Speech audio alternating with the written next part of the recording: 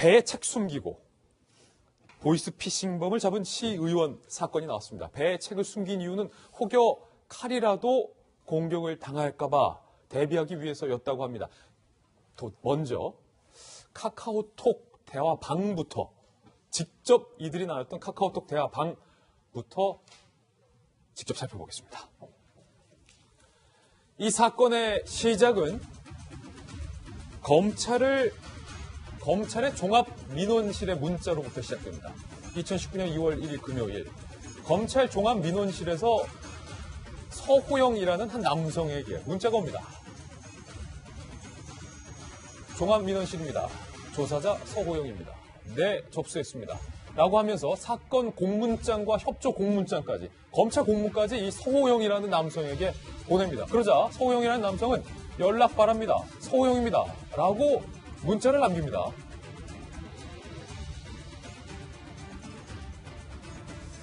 서호영이라는 남성은 본인의 사진을 보내면서 농협미를 마쳤습니다. 그러자 네, 접수했습니다. 라는 검찰의 답장. 그러면서 이 남성은 본인의 신분증과 농협에서 인출한 다량의 현금 따발 등도 사진으로 검찰 종합민원실이라는 곳에 전송을 합니다. 그러자 이 검찰 종합민원실이라는 곳에서는 기차표를 구매해라. 사진 찍어서 접수를 하라. 그래서 이 남성은 줄 서서 기다립니다. 사람이 많아요. 라고 현장 상황도 중계합니다. 네, 접수합니다. KTX 대전행 표까지 찍어서 보냅니다. 대전에 도착했다라는 문자 메시지. 대전광역시 어디로 오라. 대답해주세요. 전화 끊어주세요. 다급한 카카오톡 메시지. 알고 봤더니 이 종합민원실은 보이스피싱 업체였고 이 남성은 현직 시의원이었습니다. 백지원 팀장님. 네. 이 이후의 이야기가 어떻게 됐습니까? 네. 전 너무 궁금해요. 저는 이번에 경북 예천 군 의원들 무리를 일으켰었잖아요.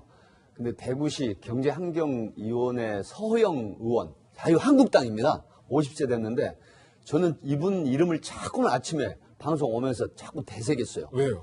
야, 시의원이 보이스피싱임을 직감을 하고, 사실은 유권자들이 있는 대구 반야울 시장 행사에 나가는 중이었어요. 예.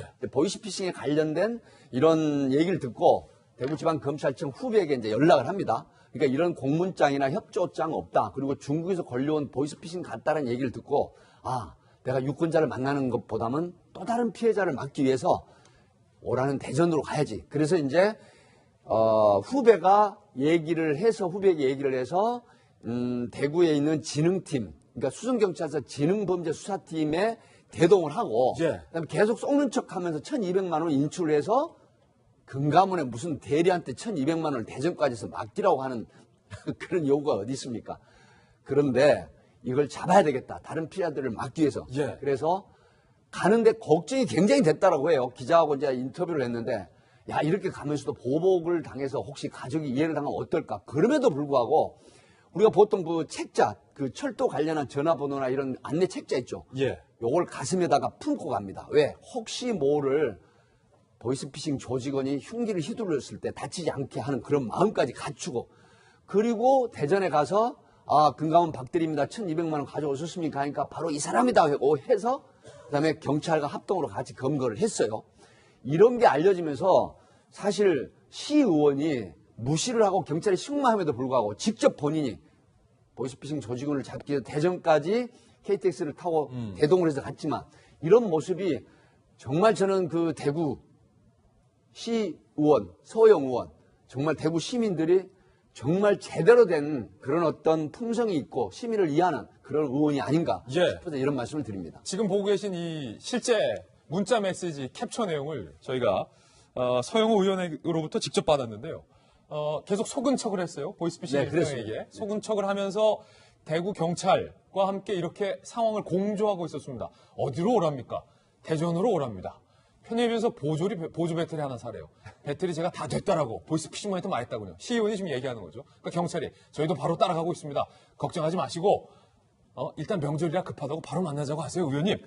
이라고 경찰과 공조 수사를 했었던 그런 문자 메시지 내용까지 저희들이 한번 받았는데요. 서영호 의원을 저희가 직접 통화해 봤습니다. 서호영 의원의 이야기 들어보시죠.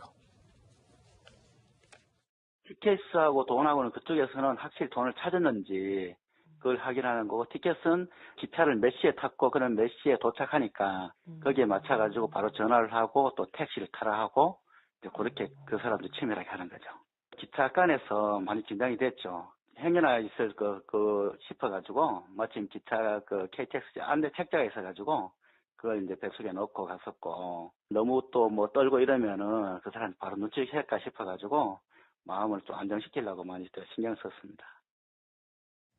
전소 변호사님, 사실은 이건 뭐 시의원님이라고 하지만 얼마나 본인도 무서웠다라고 떨렸다라고 얘기하고 있잖아요. 잡을 생각을 했다라는 것도 대단한데 그 좀 안쓰러운 것은 혹시 칼 맞을까봐 배에 그 전화번호부 넣고 가서 저 사람이다라고 외쳤던 시의원의 그 마음, 떨렸던 그 마음이 좀 고스란히 전해집니다. 그렇습니다. 이 배에 책을 넣는데 이게 일석이조였어요. 첫 번째는 혹시라도 모를 그런 흉기를 사용한 공격을 막기 위한 방어 용도이기도 했고, 또 그와 동시에 준비한 1,200만 원 현금을 내가 배에 넣고 가는 것처럼 보이고 싶다. 네, 그런 의도도 있었거든요. 그렇군요. 그래서 이렇게 양수겸장에 조치를 취해서 상대방을 이제 검거시키도록 하는, 검거되도록 하는 그런 기지를 발휘했고요. 사실 이런 기지발이라는 게 그 순간에 여러 가지 아이디어가 떠오르기도 합니다만 그거를 실행에 옮기는 게 참 어려워요. 게다가 정말 혹시라도 만에 하나 본인이 해를 입을 수도 있거든요. 그런 걸 감수하고 저런 행동을 했기 때문에 추가적인 그런 제2, 제3의 피해자가 발생할 가능성을 좀 낮춰주는 점, 이런 점은 시의원으로서 뭐 원래 해야 되는 임무는 아니지만 시의원으로서의 어떤 여러 가지 그런 좋은 기능 역할을 한 거라고 볼 수 있겠죠. 그렇군요. 근데 백심장님, 이 보이스피싱 일당들이 상당히 좀 치밀합니다. 보니까 아마도 이 서호영 의원이 시의원이라는 사실을 모르고 그냥 접근을 한 것 같은데, 농협에서 나오는 거 사진 찍으세요. 신분증 사진 찍어 보내주세요. 돈 인출한 거 사진 찍어 보내주세요. KTX 티켓 사진 찍어 보내주세요. 계속해서 확인을 합니다.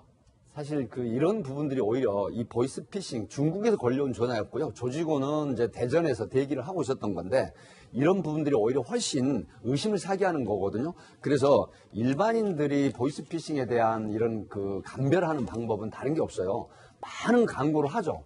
자, 수사기관이나 금감원이나 이런 곳에서 계좌번호나 개인 어떤 정보, 그리고 돈을 인출해서 가지고 있는데 뭐 금감원 직원이 찾아가서 안전하게 조치를 해준다라고 하는 이런 부분들이 전혀 없는 거거든요. 그렇기 때문에 지금 아주 낙후된 그런 어떤 부분에 범행을 했었는데 아마 중국에 있는 이 사람들, 범인들은 굉장히 어떤 진화된 범죄를 한 게 아니라 오히려 훨씬 낙후된 그런 어떤 범죄 수법을 이용했는데, 일반인들은 어떤 개인정보를 요구를 하거나 그다음에 돈을 인출해서 다시 이체를 하거나 하면 가져와서 전해달라고 하는 부분은 무조건 보이스피싱입니다. 하기 때문에 이런 부분은 속지 마시고 바로 신고를 하셔야 되는데, 지금 검찰에 있는 후배에게 연락을 했지만 일반 경찰이 신고를 해도요, 지능범죄수사팀이나 관련한 형사과에서 기동 수사대가 있습니다. 하기 때문에 일반인 신고에도 대동을 하고 안전하게 연극을 하더라도 보호 조치를 하고 그다음에 범인들, 보이스피싱범들 붙잡는 체계가 있기 때문에